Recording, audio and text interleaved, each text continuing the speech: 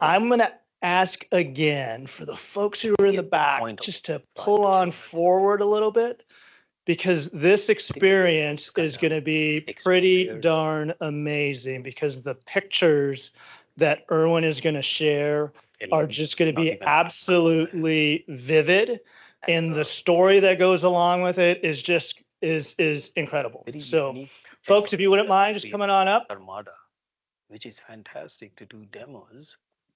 And I'll show you. Love it, love it. It's really nice. I don't know why M365 Copilot folks didn't utilize that. Thank you. And with that, I'm going to bring up Erwin Visser. Warm welcome for him. Thank you. Awesome. Thank you. Thanks, Rodel. So, hey, awesome, and thanks for everyone that stayed in these long 2 days for this session.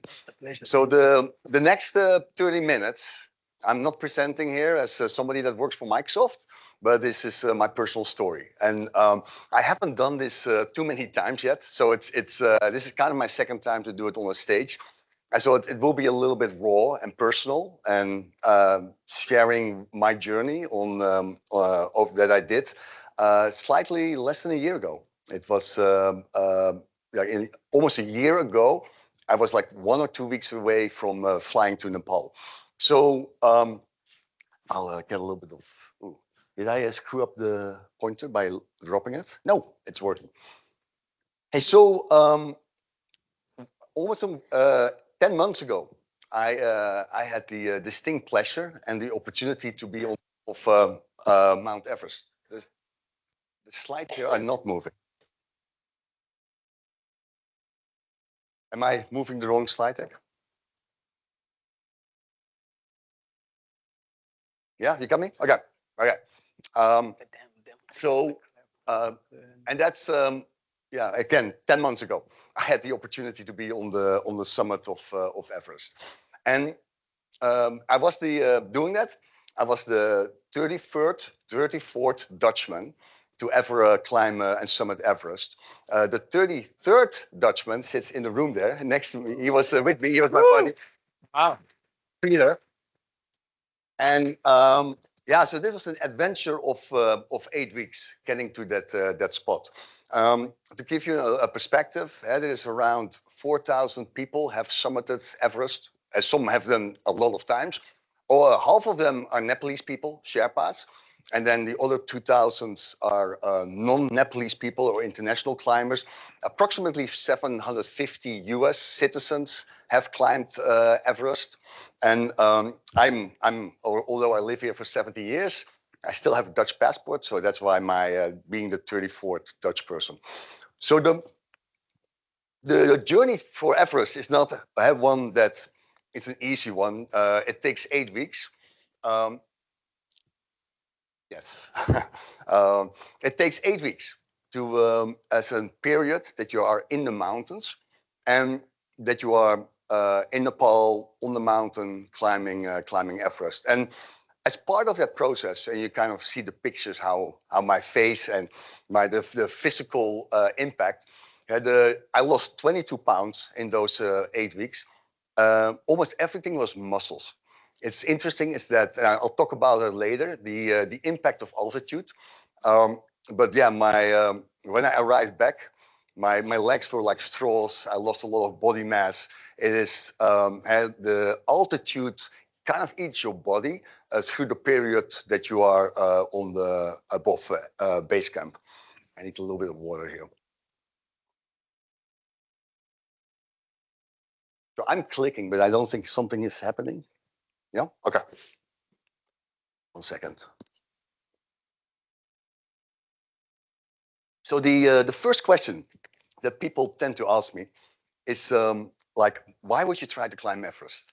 And although this is probably the most easy question that you should be able to answer, it's also the hardest to answer because it's really a lot of like different areas of motivation to make that decision. And I'll try to answer it at the end of this presentation. So let's jump into the journey. It's not that you wake up in one day and say, hey, I'm gonna do this. It's kind of a process to get there. And first of all, as a person, when I was young, I had a real passion about mountain climbing, and I was kind of like, I was reading a lot of books about Everest. And so it was always something in the back of my mind, like, hey, if I ever had the opportunity, that would be great. Although it felt like a crazy dream, not something that was really realistic. And in my 20s, I started to mountain climb in the French Alps and the Swiss Alps. I stopped climbing for a number of years, got family, got kids. And then in 2005, I moved from Amsterdam to Seattle, State Washington. And you know, it was one of those beautiful days here. And when the plane was landing, you could see Mount Rainier. And for me, it was like, wow, that thing is in our backyard. So I started to read a little bit about it. And 1 or 2 years later, I did my first summit of Mount Rainier. And that became kind of like a yearly thing I did with friends and also with Peter. Keep myself fit. And every year you take a few days to try to summit. So I summited 10 years now, or I summited 10 times.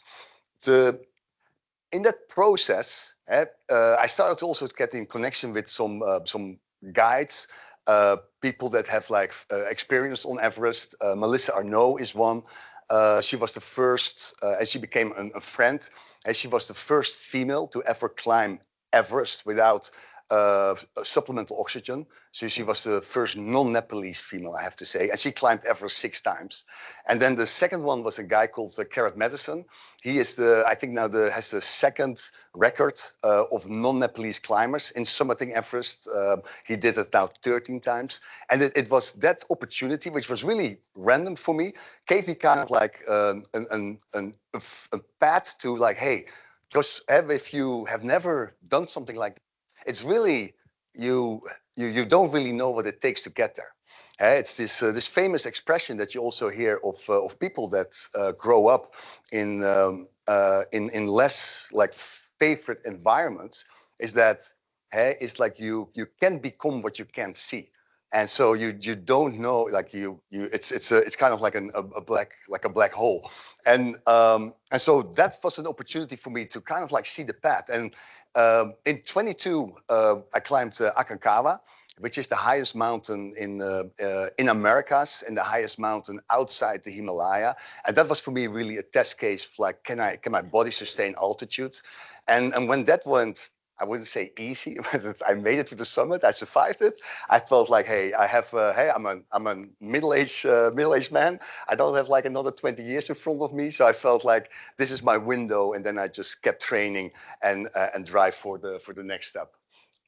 So it was a lot of training, 9 months of intense training to get there. I just want to. Oh, you're going to the next slide already? Yeah, fine. No, it's one quick call out. Sorry, Florbel, I know it's.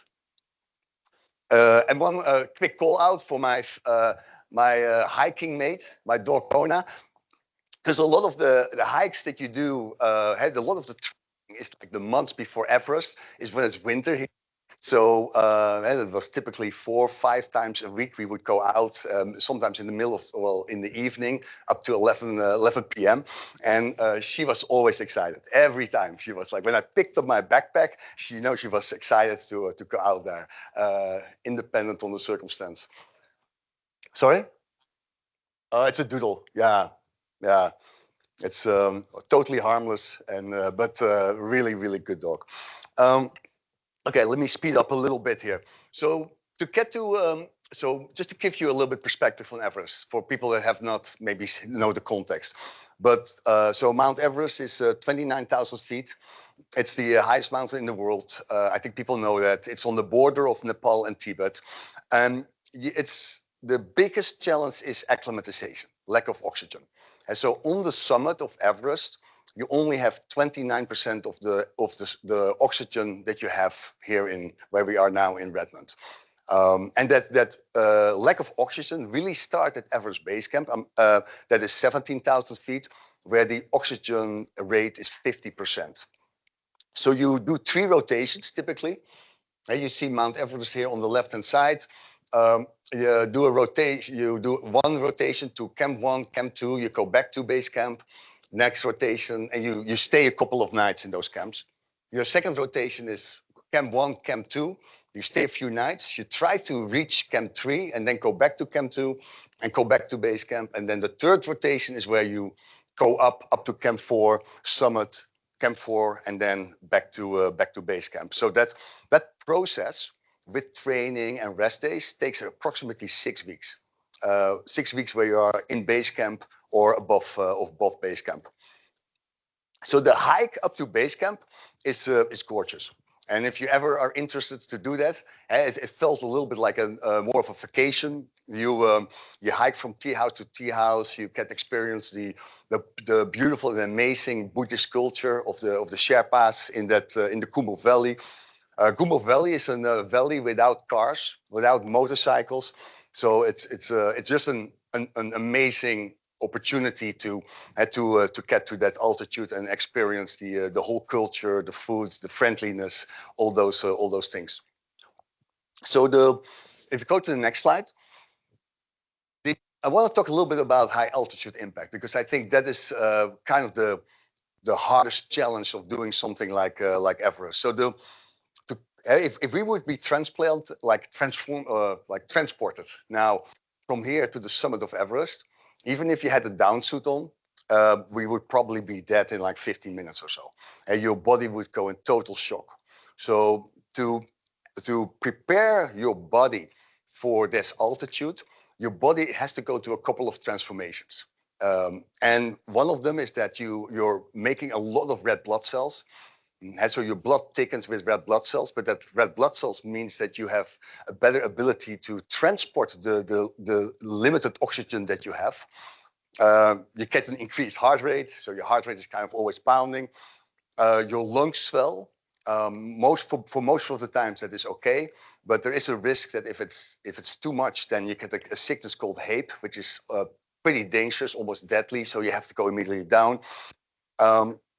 One of the things that is really interesting to experience is that altitudes can also you lose like 50 IQ points.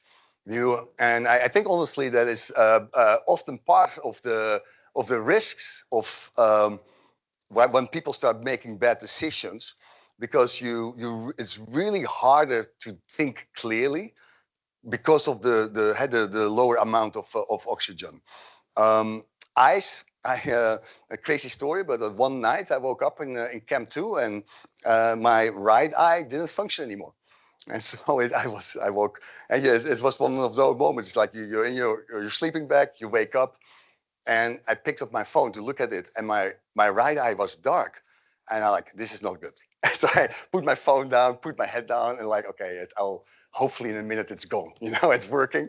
And unfortunately not. So I asked a couple of people, the guides, and they say, yeah, it can be a spasm of the artery, it can be an inflammation by the sun, we don't know, but let's see what happens. And lucky enough, later that day, I started to see a little bit of light coming through. And then the next day it was like probably 70%. And then when the day that we had to go down back to base camp, I had like 90, 95. So I was totally okay. The digestion slows. It's really hard to eat. You really have to push food into your stomach. It's like although you burn like a huge amount of calories, your BMR goes up also with like 15 to 28%. You're really not hungry. You really don't want to eat. And then the last one, and I talked about this, like and I read more about it because I got interested when I came back, but your body is super smart. So when it gets lower oxygen, it really like optimizes the importance of your vital organs. And your body is made out of like, I think 1 or 2 trillion biological cells. Like a trillion sounds like a crazy high number, but that's correct. And so your muscles are not vital organs. So what happens is that normally when you work out, you damage your cells, your biological cells. They break down and they get rebuilt, and that's how you build body mass and how you build muscles. But on Everest, they don't rebuild. So you break your muscle cells and they're gone, and they never get replaced. And so that is why you lose so much muscle, and especially in your legs, just because of you damage the cells and they disappear. So if we go to the next slide, So one of the big challenges of Everest, and arguably one of the most dangerous parts, is the climb from Everest Base Camp to Camp 1. And you go through the famous Khumbu Icefall. And the Khumbu Icefall is a river of ice, of a glacier, and one of the largest glaciers in the world, that still moves 3 feet every day. And you can see there's like towers of ice that I was climbing and around, and this is where honestly luck has to come in. Is that you have to really be lucky that these towers don't collapse when you're under it.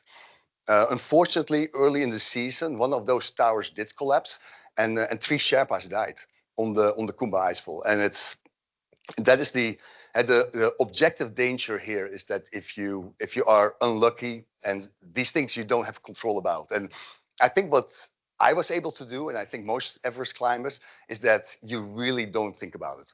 And when you're in that icefall, you really are not planning to. You just assume that things will go all right, because there's nothing you can control when you walk around those pillars.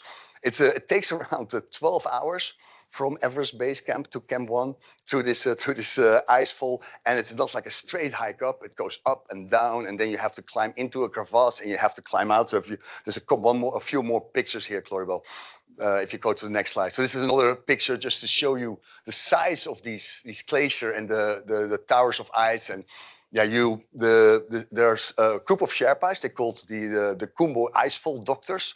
They create like a route every time through the icefall. They update it also based on the changes. That the route has to be updated every few days because of the movement of the ice. And and that's kind of like you follow the route, and 10, 12 hours later, you're hopefully at Camp 1. And then sometimes we skipped Camp 1, we went immediately to Camp 2, and then it's another 5 hours to get to Camp 2. So if we go to the next slide. And this is if people have seen Everest pictures or videos, this is one of the things that you always see is the ladders. The ladders they're not technically hard. It's pretty kind of like you have to concentrate and you have to stay like calm, but it's not technically hard. The thing is that that's one of those moments where the consequences of falling is high, and you're on ropes, so you're not going to die. But I've seen videos of people need to get rescued out of a crevasse after, and it takes like 2 hours or so. And so you're like hanging for 2 hours in a crevasse before you get moved out. That is not something you really want to think about when you do this. So it's you want to stay focused, stay concentrated. I teach myself to really look at the ladder and not look through the ladder, because if you look through it, there's could be like a few hundred feet of nothing, and so you want to not even think about it. Stay your course. So if we go to the next slide, Claribel. So one of the reflections that I want to share here with you is that I thought about it during Everest and also after, is that this idea about enjoying the journey versus achieving the summit. Because when I started, and it was a very comfortable feeling, my family, my kids, they all were kind of motivating me, like, hey, Dad, it's not really important if you make it to the summit. We want to have you alive back, and you just enjoy it. Enjoy your time, have fun, and see how far you get. And I try to really keep that in my head, because I had seen and learned enough stories about people making mistakes because they wanted to push for the summit while they physically were not able to go there. And so that was something that was really in my mind. But at the same time, I felt through the process that achieving the summit became more and more important, and for a few reasons. And one is that when you do something like this, you really put a spotlight on yourself. And so you have, like, at the end, I think I had close to 1,000 people following my journey. So you have this, like, you don't want to embarrass yourself. You have a little bit of like, you don't want to come back and tell you that. So you have this proud and maybe a little bit of fear about failing. And so that's kind of like, hey, I now need to succeed. Like, everybody's watching me now. I need to get there. And the other thing was that for me is that in our team, we started with 17 climbers, divided in 2 groups in the organization I climbed with.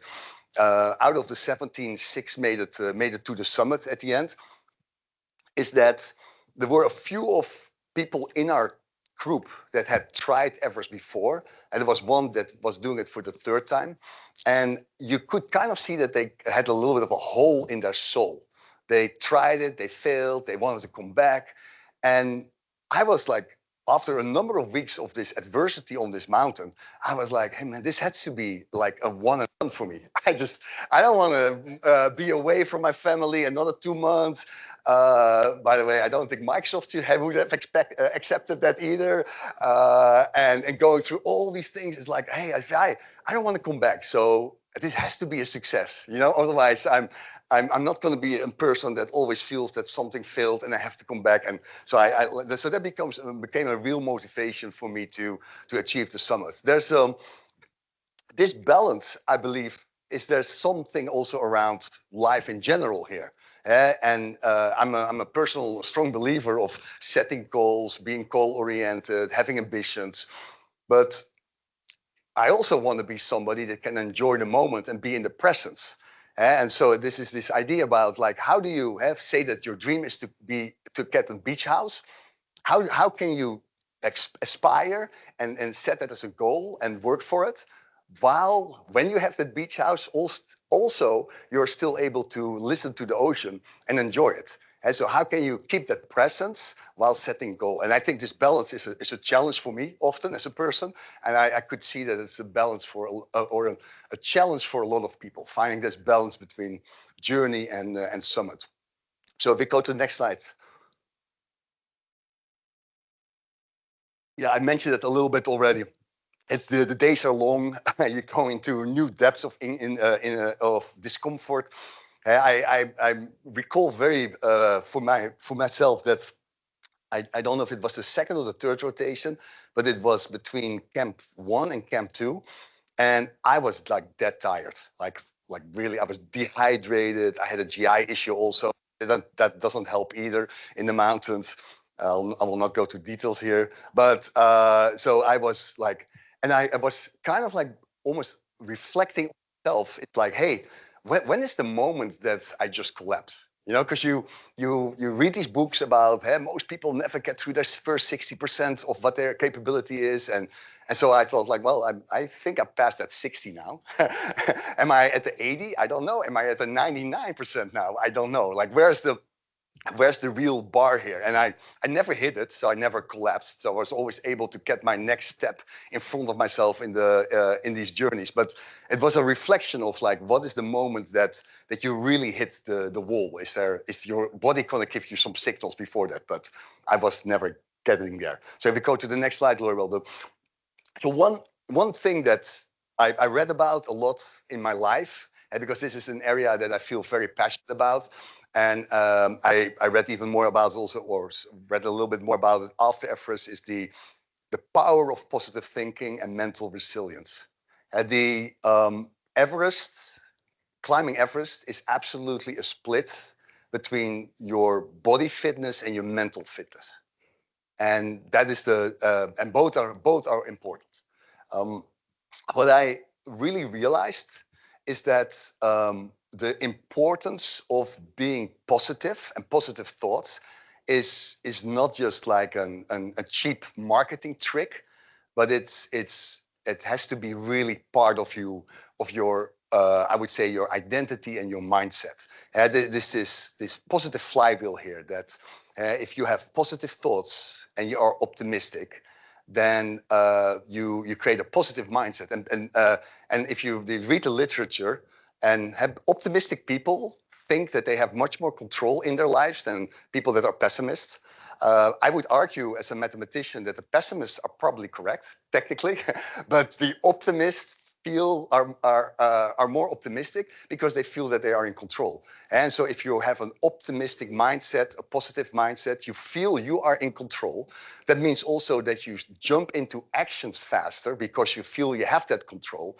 And that creates this identity, like this positive identity spin wheel. That's even if because in those 8 weeks, you have a number of bad days, like really, really bad days. And so in those bad days, you still believe that this is only today, tomorrow I will be better. And so you really don't think about like, what would happen if in 2 days from now, I just feel this sick and I have to do this. And so you don't want to go there. It's like, hey, it will get better. I'm going to go through this and it will get better and life is good. And you try to go to the next step. So if you go to the next slide here, and it's such a truth, I think. There's 2 kinds of people in the world, those who think they can and those who think they can't, and they are both right. And I think that you kind of experience some of that doing this adventure. Again, it's like people that believe potentially have a higher chance of making it, and then people that, if you start doubting yourself, then that is like a spiral down in not in a successful way. So we go to the next slide. So then let me kind of round it up to the last part of this storyline is the summit rotation. And again, this is Everest. And by the way, during our hike up to Everest Base Camp, at one moment we saw Everest for the first time. And when you see that mountain, you really are like, how will I ever climb this thing? And this is like physical impossible. This thing is so high. It's so far out that you know there's a process, you know people have done it before, but it's hard to imagine that you can get to that level of altitudes. And certainly on days where you see the jet stream, because the altitude of Everest is almost the same altitude as where planes fly. Like if you go transatlantic, planes fly 30,000 feet, and this thing is 29,000 feet. So it's hard. It's just kind of almost you feel physical impossible, but it's just possible. So then you go into the whole downsuit process and supplemental oxygen. I think we could talk 2 hours about supplemental oxygen and what I learned about using supplemental oxygen and what I should have done different. It is really weird because you are creating another and a new kind of like dependency in your life. Because now we start using supplemental oxygen on our way to Camp 3, and then we were on it from Camp 3 to Camp 4 to the summit. And then plan was back to Camp 3, although I'll talk about it, it was not totally successful. But you, especially when you get on higher altitudes, you kind of do everything with a bottle. You wake up and you have to put your bottle right, and then you dress and you need to get. And so you can take your mask off for eating and drinking, but especially in higher altitudes, after like 5-10 minutes, it's not really comfortable. So you want to stay close to your bottle. That's kind of the feeling that you're getting here, so from Camp 2. You climb over Lhotse, which is another mountain, up to Camp 3. And Lhotse is between Camp 2 and Camp 4. You spend a lot of time on this face, the Lhotse face, and it's around 65, sometimes 70 degrees, like steep combination of ice, rocks, snow, and you're always on fixed ropes. But this is where you start really, like you see where people start moving slowly. This is where people start moving slowly because the altitude really sets in, and especially on these steeper routes. So if we go to the next slide, this is kind of a picture on the route. So for people that have read more about Everest, the first rock band that you see there, that is the yellow band. So this is kind of from Camp 3 to Camp 4. Then this thing. They call it this rock formation here. They call it the Geneva Spur, and so you kind of climb over that thing, and then on the other side you hit Camp 4. And the next slide is about Camp 4, and Camp 4 South Col, and here you are at I think 24,000 feet. And although this picture looks like it's a great romantic place to camp, but it is like being on the moon. When you're here, you almost don't leave your tent. Like I think I only left my tent once or twice in a 2.5 day period, because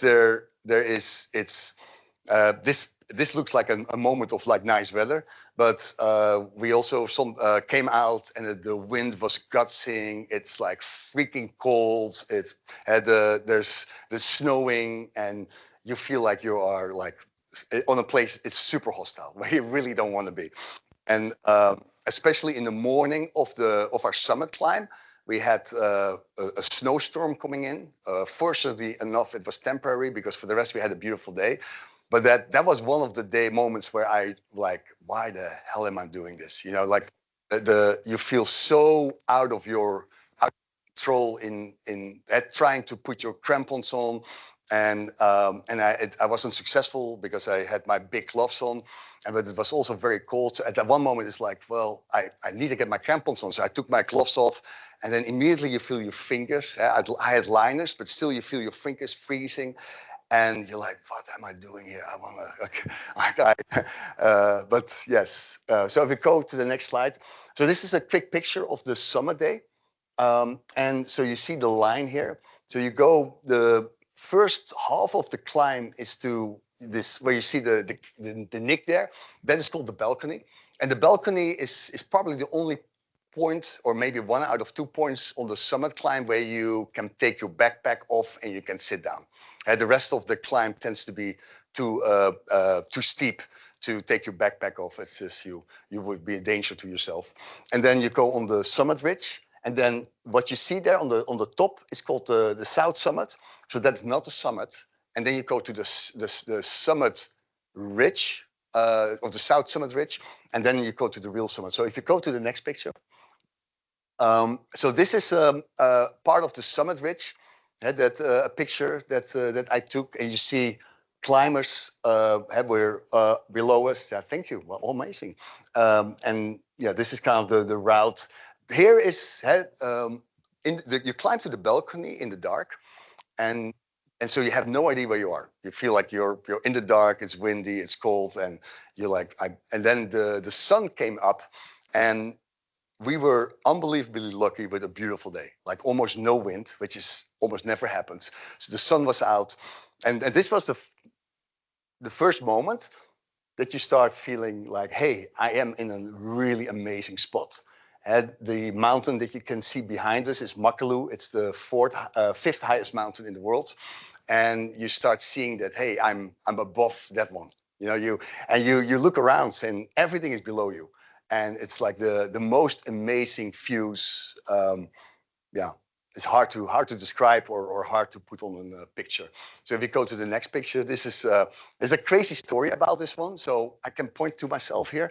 This is me, and I was just having a quick conversation with Mingmar, the Sherpa, who I was buddied with. So one of the guides that we climbed with in our organization, he brought a drone up to Everest. I don't know if that ever happened. I think the thing ran out of battery in like 10, 15 minutes, but he made this picture, which is still pretty cool. And so you can see Makalu again there. Lhotse is on the right-hand side. And this is the South Summit. So this is the summit that you see from Camp 4 before you go onto the South Ridge. And so go to the next picture. And this is where, personally, I felt the summit ridge is where I wouldn't say I was scared, but I felt that I really had to like concentrate and stay very collected, because the summit ridge is steep on both sides. And so on the right-hand side of the ridge is Tibet, left-hand side of the ridge is Nepal. And you have moments where you're on this ridge where you look down on both sides, and it's like 3 or 4 miles just steep down on both. And you have a bunch of ropes. That's a lot of old ropes. So you kind of click your carabiner on a rope, hope that it's fixed, because you have sometimes no idea which is the good rope or the old rope, and sometimes you even get your crampon stuck in the ropes. Because nobody takes ropes down there. Like, so everybody so a lot of those old ropes, they just stay there and creating a lot of confusion. So if you go to the next slide, and a couple of other pictures of the summit ridge. The right-hand side is the famous Hillary Step. We we were lucky in a way that normally it's a bit of a rock scramble over the Hillary step, but there was so much snow that year that we were able to just walk kind of next to it over snow. So it was a quick, like a couple of almost like stair steps into the snow, and so the Hillary step was no technical challenge at all. So Florbel, we go to slide. So then after you go through the Hillary step, and this picture is maybe you, I have another one that I'm a little bit further away, but you see the flags. And it took me, I would say, 5 minutes to realize that was the end. That was the summit. Because you're really, and then it's so a mental condition that you create for yourself during this process is that you're like 6 weeks on this mountain, is that you really just think about what I need to do the next 15 minutes or the next 5. You don't really want to know what I'm going to do to the next morning or the next day. Had to keep yourself sane. So this was for the first time that I realized, like, wow, it's there. Wow, it's there. Is it there? Wow. And you know, it's like, hey, I'm going to make it. I have sorry.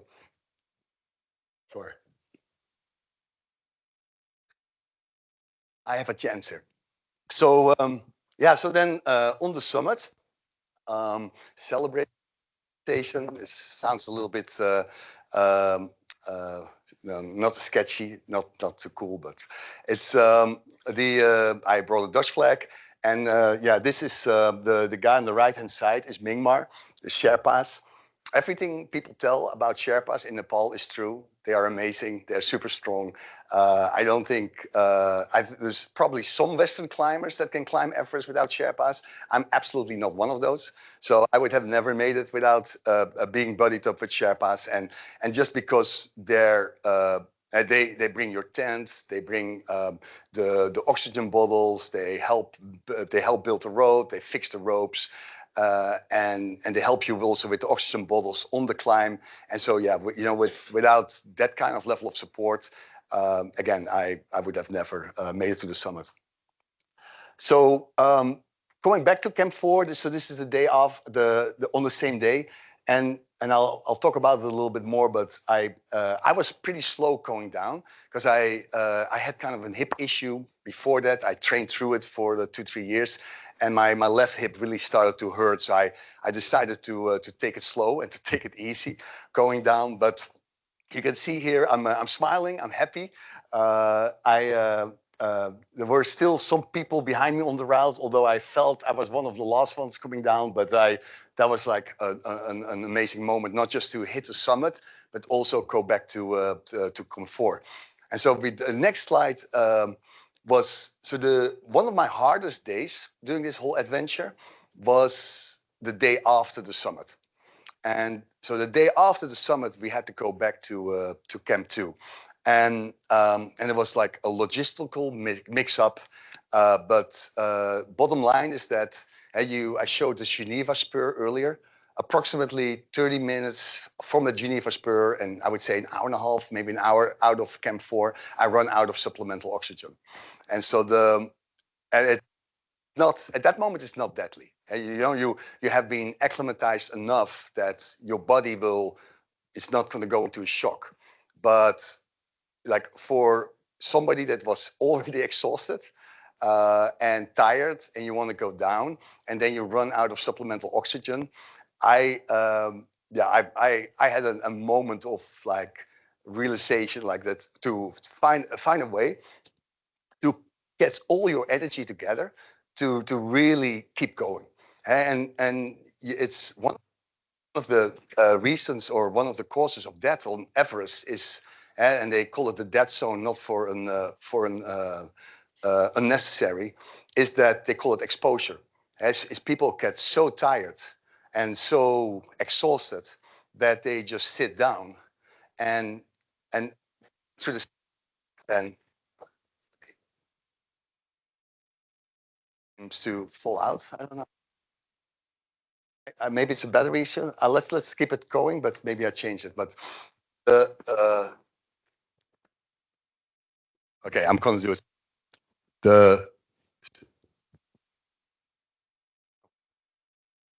This is the first event of Microsoft where we have so many sound problems. Am I clear still? Can people hear me? Yeah. Okay. So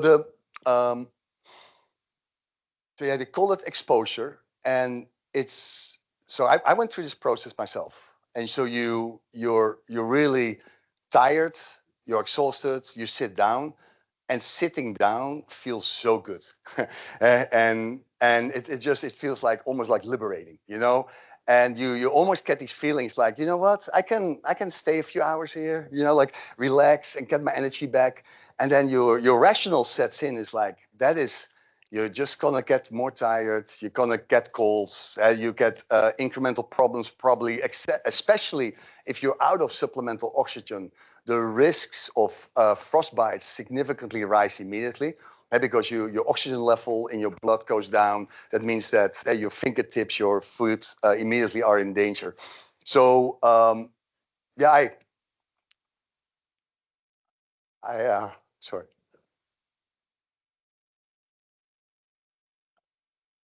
So I was able to collect myself and got into a process of walking or hiking down to the next anchor.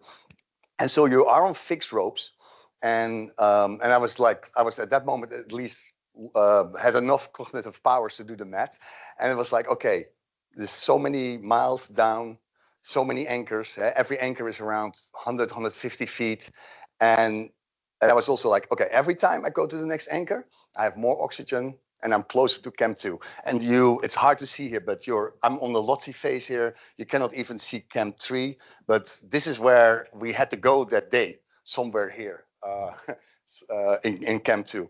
And yeah, that was the process I started to do. So I raised myself, walked down 100, 150 feet, sit down, and I was almost like timing my breaks, like, okay, not more than 5 minutes, because it's very easy to just take 30 minutes, 45 minutes, and then before you know it, you're by yourself on the mountain and you start to die.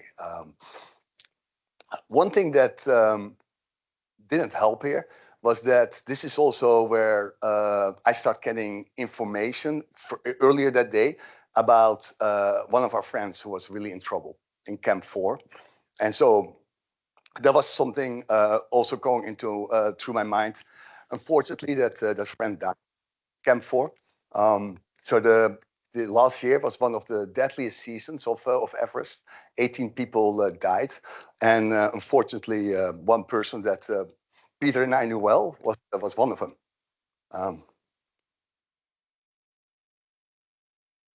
So we go to the next slide, Corbel. I told you this would be personal and raw. I did warn you. So this was an amazing moment for me, because on the way from Camp 4 to Camp 2, you go mostly over Lhotse, but then the last hour, hour and a half is more mellow. It's kind of, it's not up or down, like it's not like steep down anymore. It's like more of a hike, easy. And I don't know, but for some reason, a Sherpa came up from Camp 2 and brought a bottle of Coca-Cola. By the way, I haven't seen a bottle of Coca-Cola I think for 6 weeks at that moment. And so I don't even know how this Sherpa cut is. So he brought it up. And yeah, that was an amazing moment of relief. Being at that, where you, this was the moment I realized that I was out of life danger at this moment. I was out of the phase, I was out of life danger, and this was like 1 hour walk back to Camp 2. So we go to the next slide. Yeah, so coming home after 2 months, my wife picked me up. You can see how a lot of energy around my arrival. You can also see my face. Like, I had frostbite. I lost 22 pounds. Lost a lot of muscle in my upper body, in my legs. And one of the things that, unfortunately, is that my arthritis that I started with before Everest moved into osteoarthritis. I probably screw up this term, but what it means is that your bones start fragmenting because there's no blood vessels anymore. And so I got 2 new hips between coming down from Everest and now. So this is my the picture you can see is like how my hips look now, 2 titanium hips. It comes with free 30 seconds massages, which is very cool. Yeah, that's one of the recovery processes of doing something like this. And people don't really talk about recovery that much, but it takes a few weeks. I had some frost tips or frostbite on my feet. I probably took 2 months before I completely felt my toes. And this was not like dangerous, but more a little bit uncomfortable. I had some frost tips on my fingers. That was a few days. When it was over, it helps with typing if you can feel your fingertips. And so yeah, you have to kind of like rebuild your body somehow. At least for me, I had to rebuild my body. So if we go to the next slide, and so one of the questions I asked myself coming down, because if you read the literature, it's like the success rate on Everest for first-time climbers is 30%, and that is the average. And so I was like, hey, but like, why me? Like, why am I on the 30% and not the 70? And I boiled it down into a couple of things. One is like preparation. I really trained hard. I also think that team and people, I would say going with a buddy is probably the most important decision. We went with a really good guide service that also is really supportive. And then we talked about mental strength, but I really want to call out luck. Like, to be honest, like you have to be lucky. Yeah. And one of the areas of luck is that you need to be healthy at the moments that it counts. Because sometimes I had GI issues. Peter had like some kind of like infection. And if you have these in your rest days, you're kind of okay. If you have them on your climbing days, you're gonna be suck. Yeah, you're not going to be successful. And so there's luck involved of not getting hit by an ice tower on the Kumbu Icefall. There's a number of areas where you have to be lucky to do something like that. So if we go to the next slide, so why climbing Mount Everest? Back to my original question, and there's a few things here. One is that because I started to believe I had a shot.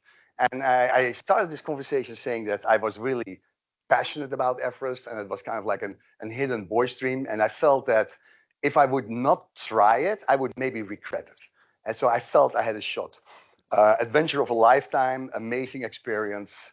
It's like unique to be at a place where you're at the highest spot in the world, the views, but also the experience with doing this with friends. Experiencing Nepal, like there's so many things. Part of it was modeling growth mindset.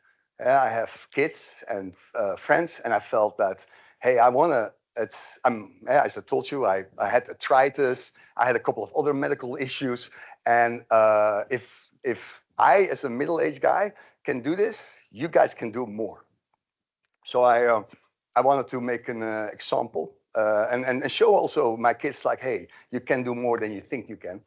And part of it was also, and I'm going to be honest, it's like silencing my demons, my personal demons. It's like closing the gap between the man I was and the man I wanted to be. And it's also like partly self-worth, maybe uncertainty that you wanted to close down, and trying to like find a way to fulfill your life at the level that you want to be proud of yourself. And so this brings me to the next slide, I think. Yeah, this is one of my favorite quotes, and it's one that you have to think about it for a second, but it's by Confucius. Every person has 2 lives, and the second life starts when you realize you only have one. And yeah, that is for me. And knowing that the one thing, what did Benjamin say? The 2 things are certain in life, it's death and taxes. And this was one for me, one like, hey, you have to you have one life, and dependent where your mountains are, dependent on where your goals are, and dependent on what you want to achieve, it's all different for everybody in the room. But being conscious about it, and if you see opportunities that get you closer to what you want to achieve or to your personal mountains, I would always say it's you don't know if you get a second chance. And so you better take it the first time somebody offers you that. I think that's my last slide. Yes. So thank you.